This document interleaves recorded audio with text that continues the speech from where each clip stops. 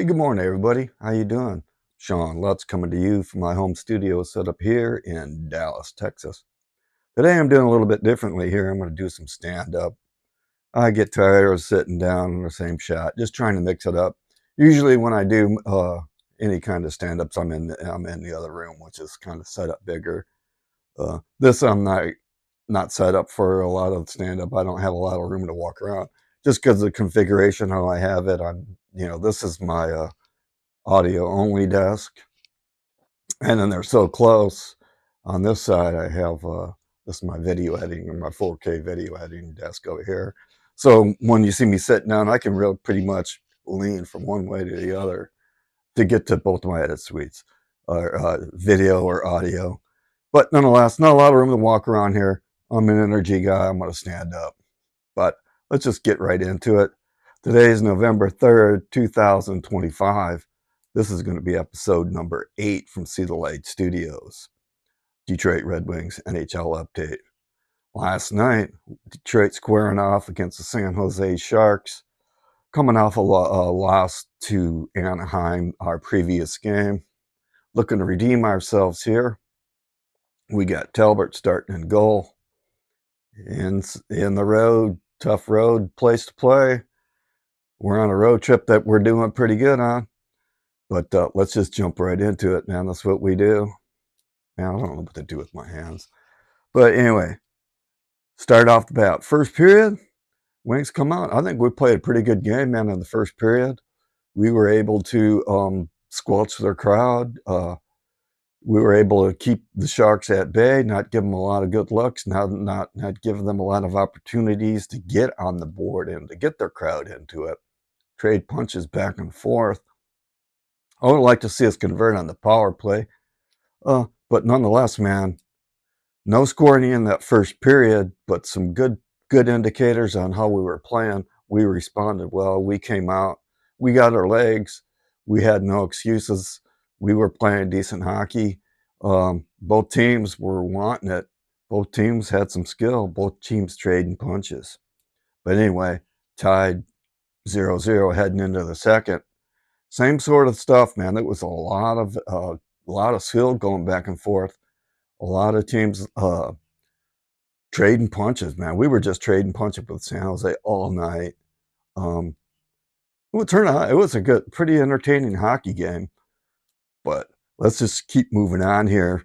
I call it a half and half because I think they were matching. We were matching each other. We had opportunities. They had opportunities. Half and half play. But that's going to take us into late into the second period there, into the Cardinal sin era. Here we go. Finally, somebody gets on the board, and it's Detroit Red Wings. Lucas Raymond on a sweet-ass wrist shot. Man, that kid's got a quick release. Top shelves it. Great shot. Detroit up 1-0 late in the second period. Cardinal sin goal given up by the San Jose Sharks, 18:05.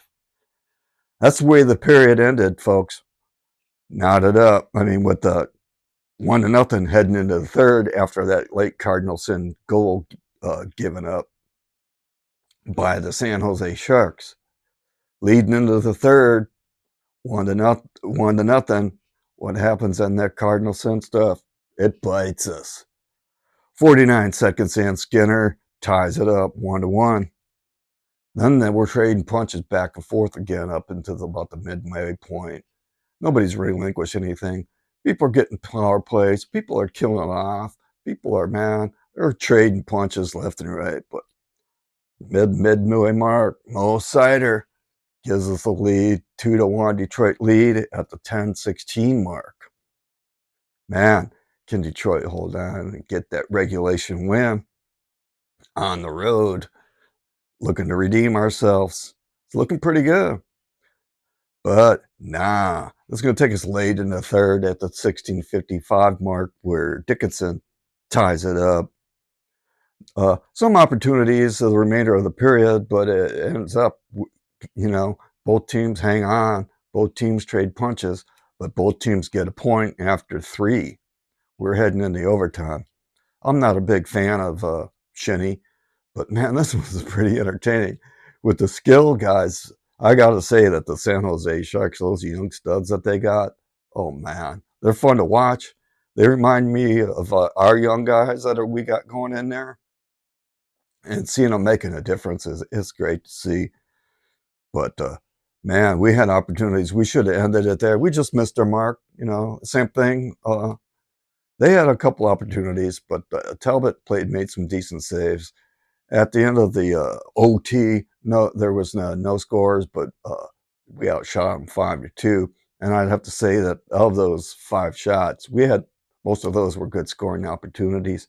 But nonetheless, no no overtime victory heading into the skills competition. The shootout knotted up at 2. I'm going to cut to the chase. Both teams' first 3 shooters, nothing doing. Finally, James Van Riensdijk, JVD. He nets the game winner for Detroit. 3-2 shootout. Man, Talbot made the saves when we had to.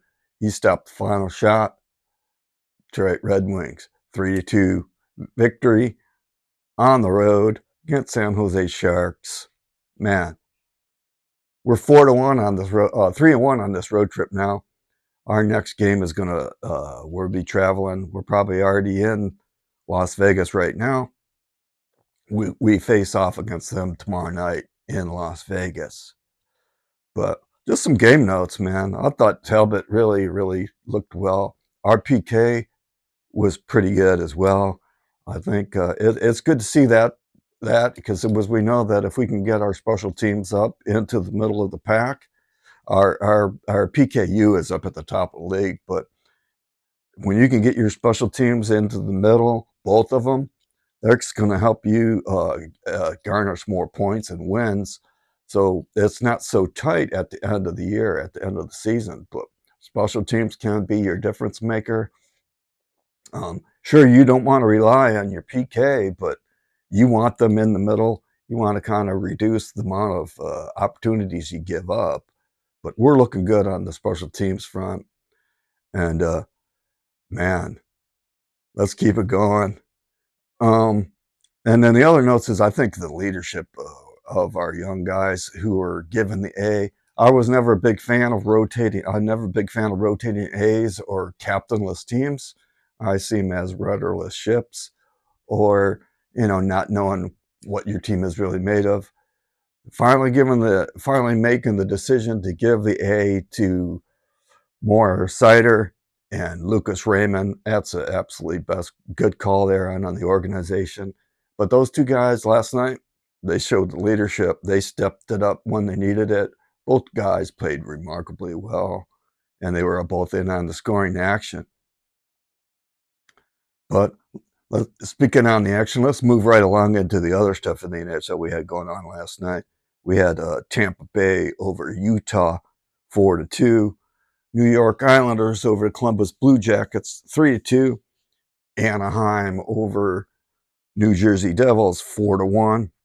And then you had Calgary at Philadelphia, beat Philadelphia 2-1. Tonight in the NHL, you're going to have Pittsburgh at Toronto. This is going to be at 7:30 Eastern on NHL Network. And then Edmonton at St. Louis. This is going to be 8:30 Eastern. Then you're going to have Vancouver at Nashville, same time. Then way out west in Seattle, you got Chicago Blackhawks squaring off at 10 o'clock Eastern. Man, I don't like these 10 p.m., 10:30 Eastern starts, especially when I'm in the Central, but those are some late games, man, especially if you're trying to hang in there. But nonetheless, that's going to do it for the what's happening in the NHL tonight. But our next game in Vegas, let's see. I'd go with the same lineup, same Talbot, everything the same. I'm curious to find out what's happening with Patrick Kane. Looked at the stats last night. He's only played 5 games, and then I think we're missing him on the power play. So much poise with the puck. I'm interested to see what the status says. I haven't heard a lot of talk on it, but We need to get Patty Kane back in the lineup. That's going to wrap it up for today's edition of See the Light Sports Detroit Red Wings Update number 8. Be kind to each other. Be nice. Remember, see the light. And I'll catch you on the next one.